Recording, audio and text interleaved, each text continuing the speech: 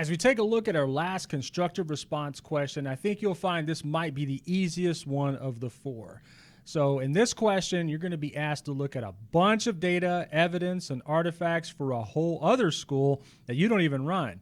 A fellow principal colleague has come up to you and has asked for your advice on how to help them with their campus with a culture issue. So let's take a look at this question.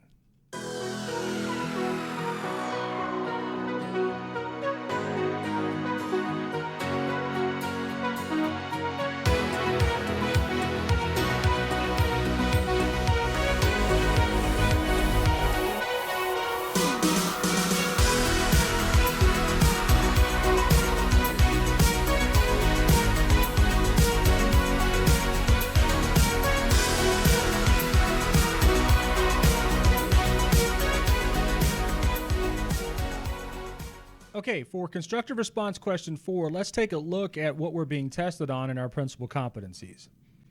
So for this question, we're going to be asked, we're being tested on domain 1, which is the entry principle creates a positive, collaborative, and equitable culture that establishes and communicates high, consistent expectations for all stakeholders and addresses barriers to ensure achievement of the campus, initiatives, and goals. Well, what's happening here?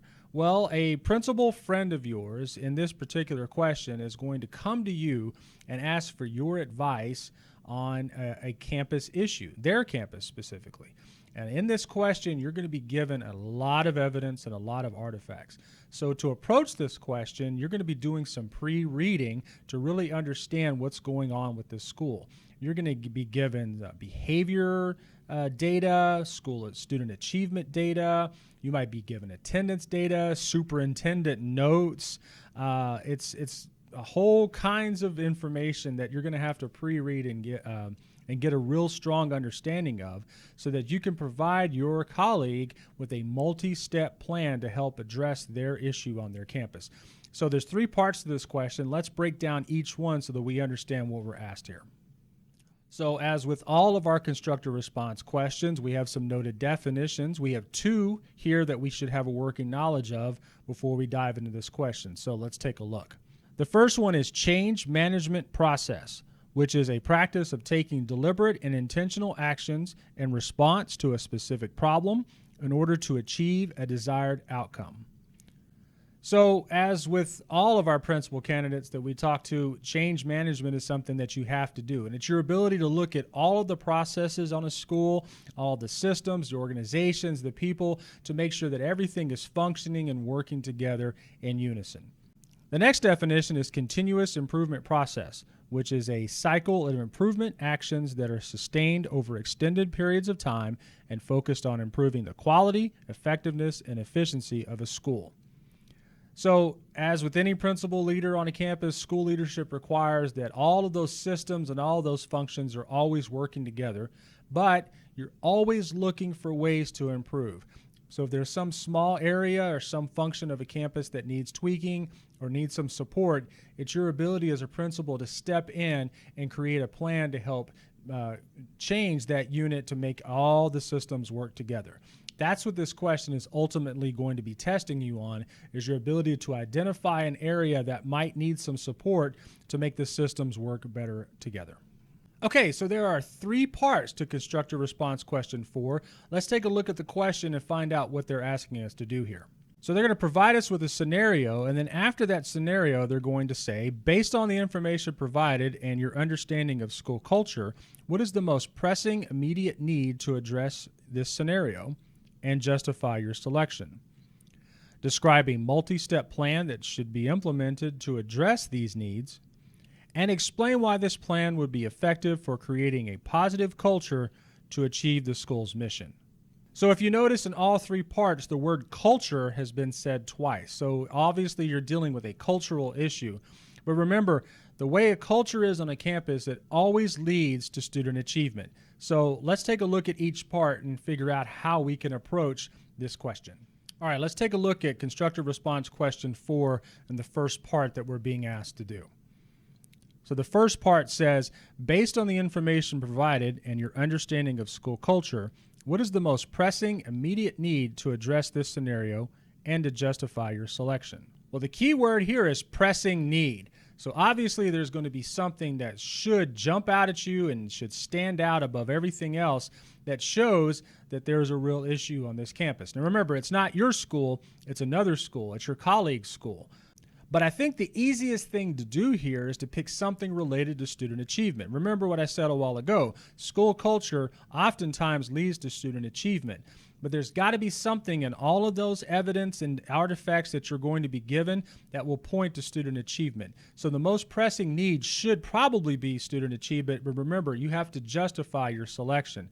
And my advice would be to justify that selection with 3 pieces of quality evidence that you're going to be given. All right, so let's break down part 1 of this question. Well, again, I think it should be something related to student achievement, which means it's likely going to be an instructional issue. So, like I said, you want to provide and justify your selection with various sources of information. So, likely 3 pieces of evidence is going to make for a real strong narrative here, but when you choose your evidence, make sure you're choosing it from different pieces of evidence. Like maybe the superintendent notes said one thing, the behavior data said something, and the student achievement or the testing data said something. So choose 3 pieces of evidence, but 3 different pieces of evidence. And remember, be specific. That evidence is going to have item numbers. When you write your narrative, you want to refer directly back to those item numbers so that you tell the test graders exactly where you found that information. All right, let's take a look at CRQ 4 and the part 2 of this question. In part 2, they want us to describe a multi-step plan that should be implemented to address these needs. Remember, again, this isn't your campus. You're helping a colleague with their problem. So this is really measuring your ability to look at a lot of data, a lot of evidence, a lot of artifacts, and analyze that information so that you can break it down in an objective way. Let's take a look at how we should do that. Okay, for part 2, so you spent a lot of time pre-reading, looking at this school's data and all the artifacts that you were given. Now you're being asked to give a multi-step plan to help your colleague with their problem. Now, I think there's a formula here that you could use, so I'm going to give you a sample that you might want to be thinking about as you go into this question. But if you don't use this one, try to use something similar. So let's break down this formula. The first part that you might suggest your colleague work on is, say, a shared vision. And a part of that shared vision would be listening sessions, needs assessment, stakeholder meetings, team building, communication, parent engagement. You have to start somewhere in order to get a collective shared vision. The next part after you work on your vision would be support and professional development. So that would include coaching sessions, obviously PD sessions, working in professional learning communities, maybe even doing a root cause analysis, like where did we go wrong and how can we fix it, data-driven instruction and building relationships.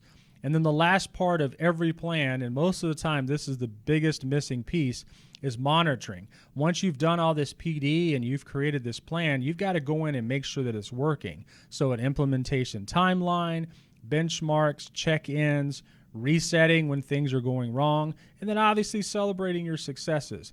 The monitoring piece is probably going to be the most important part of your narrative. If you don't inspect what you expect, you're not really doing an implementation plan properly. And this is where a lot of students go wrong. So you're going to have a much stronger essay and a much stronger narrative if you mention a monitoring plan. All right, so you've created your multi-step plan. Now let's take a look at what part 3 is asking us to do. Explain why this plan would be effective for creating a positive culture to achieve the school's mission. So this is your chance in the final narrative that you'll be writing to really explain your thinking here. Why is this plan going to work for your colleague and for their school? So let's break down how to do that. So in your narrative, this is where you get to be a hero. You're helping your friend with their campus, and you've looked at all of their data. So in your question response, go ahead and state and restate the prompt that you were giving. The most pressing need is student achievement. And then you get to go on a tear in your narrative to explain why. State the obvious. In your evidence, you saw that there were problems with this or behavior or instruction. Whatever it is that you saw in your evidence, you want to be obvious and frank about it. And the difference between 3s and 4s on essays is your ability to refer back to that data by the items. You want to be obvious and state I saw in the superintendent notes that it says whatever, and you want to be frank and obvious about what you saw. So circle back and focus on student achievement. If you stay on point with student achievement, you're going to do well on this question. But you're explaining to your colleague that this multi-step plan that you've helped them create is going to address these needs and specifically student achievement. So be specific, refer back to the evidence, and state the obvious. And again, refer back to those item numbers. Each piece of evidence that you're going to be given is going to have item numbers. State those in your response, and you're going to do great. All right, so as we wrap up constructive response question 4, just some things to remember before you approach this question. Remember, in the question prompt, they mention school culture twice. So you want to make sure you include that in your narrative. Remember, school culture leads to student achievement. If you do that, you're going to be great. You're going to do fine in your narrative. But just don't forget that aspect that school culture is really what we're trying to fix here. And if there's anything in the data that you can see that might be a barrier to achieving that school culture, you might want to point that out too. That would be a really good way to get your essay score up higher. And when you create that multi-step plan, anything that you can throw in there that is going to increase or make school culture better, go ahead and throw that in there too. Remember, it's in there twice, so they really want you to talk about school culture. And while student achievement is going to be the easiest thing for you to pick as your pressing need, you've got to relate it back to school culture in some way because, again, this is why your colleague is coming to you. They're coming to you because they've got a school culture issue. Well, ultimately, fixing that school culture is going to lead to student achievement. So make sure you mention that as a part of your plan. Good luck. You're going to do great, and thanks for watching.